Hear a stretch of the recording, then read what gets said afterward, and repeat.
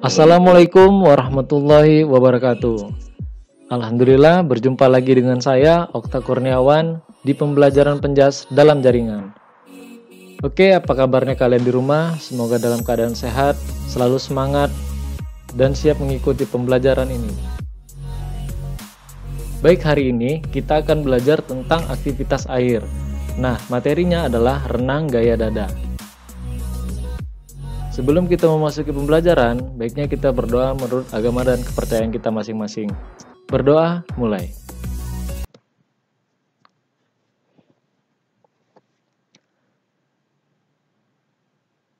Selesai. Oke, tujuan pembelajaran.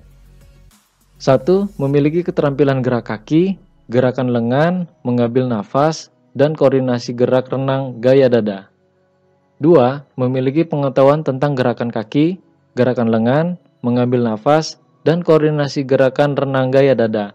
Memahami bentuk-bentuk gerakan yang digunakan, mengenal konsep ruang dan waktu. 3. Pembelajaran gerakan kaki, gerakan lengan, mengambil nafas, dan koordinasi gerakan renang gaya dada yang sesuai dan dapat memberi pengalaman belajar, kesempatan untuk menggunakan dan beradaptasi dengan keterampilan motorik, menggunakannya pada situasi pembelajaran yang berubah-ubah. Keempat, memiliki sikap seperti sportivitas, kerjasama, tanggung jawab, dan disiplin, dapat memahami budaya orang lain. A. Pengertian dan asal-usul renang. Olahraga renang dimulai sejak abad 19 di London. Sekitar tahun 1837, hanya terdapat 6 kolam renang di kota itu. Popularitas renang terus membaik dan pada tahun 1869, beberapa asosiasi mulai muncul. Sedangkan di Amerika, baru tahun 1888 mulai berkembang, dan tahun 1920 berhasil merajai perlombaan renang internasional. Pada Olimpiade tahun 1908, orang-orang telah berani mengarungi lautan dan menyeberangi sungai-sungai yang besar hanya dengan rakit. Kemudian, lambat laun berkembang ke seluruh pelosok tanah air, dan berdirilah kolam renang yang pertama kali di Indonesia, yaitu di Cihampelas, Bandung pada tahun 1904. Pada tanggal 24 Maret 1951, berdirilah Perserikatan Berenang Seluruh Indonesia, yang disingkat PBSI, dengan ketuanya Purwosudarmo. Kemudian, pada tahun 1952, PBSI diterima menjadi anggota FINA, Organisasi Renang Dunia. Dan pada tahun 1957, PBSI diubah namanya menjadi PRSI, atau Persatuan Renang Seluruh Indonesia. B. Aktivitas-aktivitas air renang gaya dada. Renang gaya dada pada dasarnya dapat ditinjau dari 1. Posisi tubuh, 2. Gerakan kaki, 3. Gerakan lengan, 4. Gerakan pernapasan, dan 5. Koordinasi gerakan. 1. Aktivitas pembelajaran gerak dasar posisi tubuh atau body position ya. Renang gaya dada. Aktivitas pembelajarannya seperti ini. 1. Posisi badan beserta seluruh anggota badan rileks. 2. Badan harus sehorizontal mungkin. 3. Gerakan dimulai dengan persiapan kaki. 4. Tumit ditarik mendekati pinggul sekaligus membuat lutut keluar. 5. Dorong kedua kaki ke belakang secara serempak. 6. Rapatkan kembali kedua kaki seperti sikap pertama. 7. Lakukan pembelajaran dengan jarak 5-7 meter. 2. Aktivitas pembelajaran gerak kaki renang gaya dada. Gerakan kaki renang gaya dada saat ini cenderung membentuk gerakan kaki dolphin, di mana pada saat istirahat, yaitu fase ketika kedua tungkai kaki bagian bawah ditarik serentak mendekati pinggul, dan kemudian setelah fase itu, dilakukan pergelangan kedua kaki diputar mengarah keluar hingga membentuk sudut kurang lebih 50 derajat. Kemudian, dari posisi ini, kedua kaki melakukan gerakan menginjak dan diakhiri dengan menendang, sehingga kedua kaki bertemu lurus di belakang. Bentuk-bentuk aktivitas pembelajaran gerakan kaki pada posisi badan terlentang.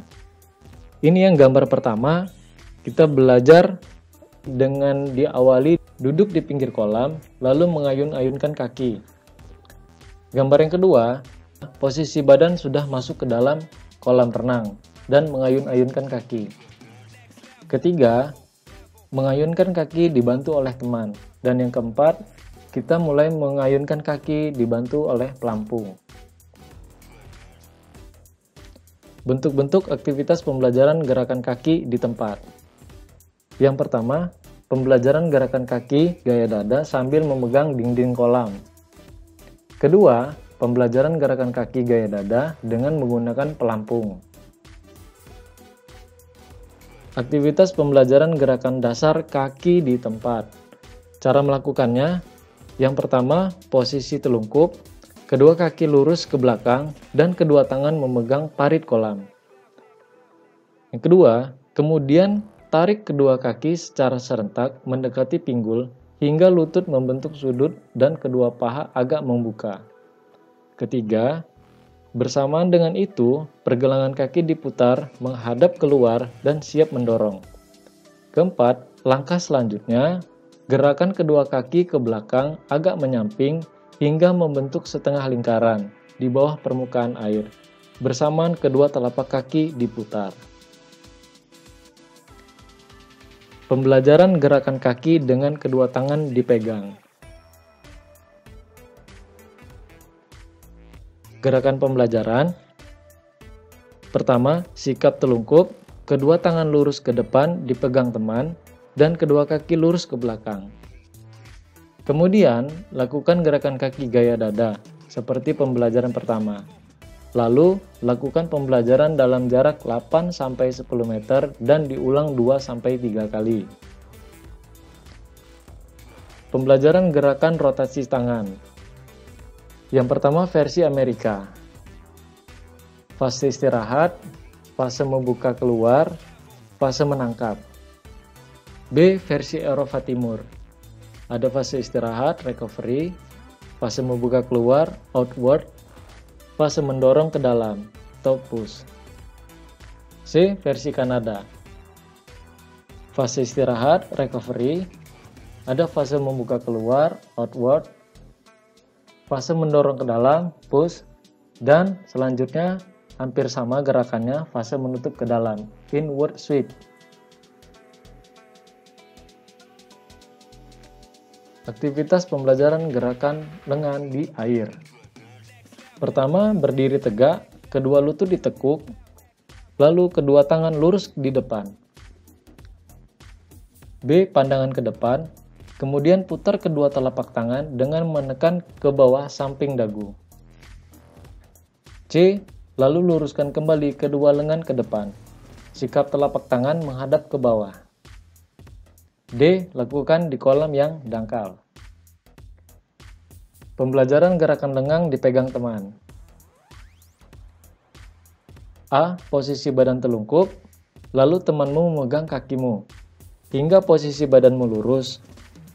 Kedua tangan lurus ke depan, kepala agak sedikit di atas air. B. Lakukan gerakan ini dalam jarak 8-10 meter. Pembelajaran ini diulang 2-3 kali. Pembelajaran gerakan lengan dengan mengepit pelampung. Caranya, yang pertama, berdiri pada kolam dangkal di pinggir kolam. Kedua paha mengepit papan pelampung. B. Luruskan kedua lengan ke depan, kedua kaki ke belakang, hingga badan terapung di atas permukaan air. C. Lakukan pembelajaran gerak tangan dalam jarak 8-10 meter. Lalu pembelajaran ini diulangi 2-3 kali.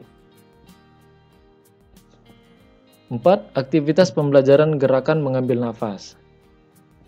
Gerakan pengambilan nafas yaitu suatu proses antara menghirup udara yang dilakukan pada akhir pull dari gerakan lengan, yaitu pada saat tangan siap didorong ke depan, kepala diangkat sampai batas mulut, keluar permukaan air, dan segera menghirup udara melalui mulut.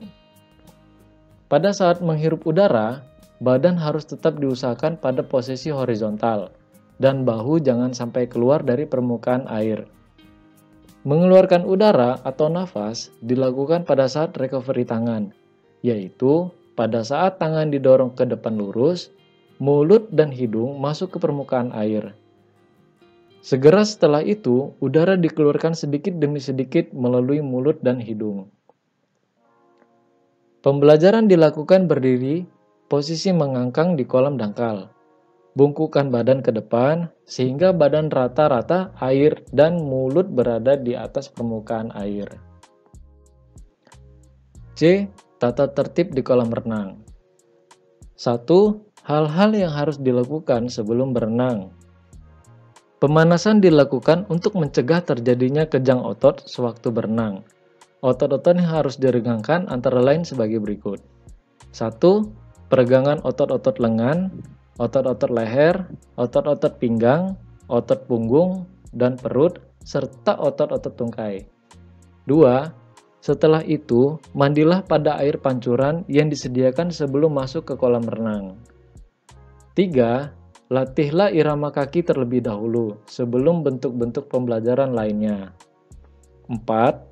Berjalan-jalan di dasar kolam dengan kedalaman yang cocok merupakan kesenangan yang menarik.